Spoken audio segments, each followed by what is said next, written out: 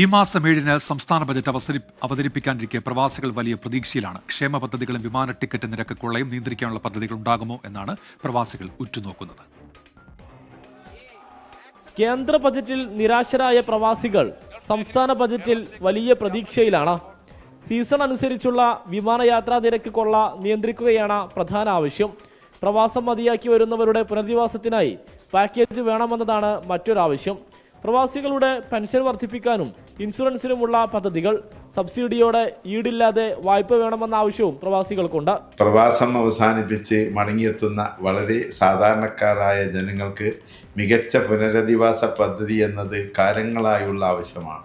ഇവർക്ക് ശരിയായ പിന്തുണ ലഭിക്കാത്തത് മൂലം പലരും സാമ്പത്തികമായും മാനസികമായും തകർന്നു പോകുന്നത് അവസ്ഥ നമ്മൾ ധാരാളം കണ്ടുവരുന്നുണ്ട്.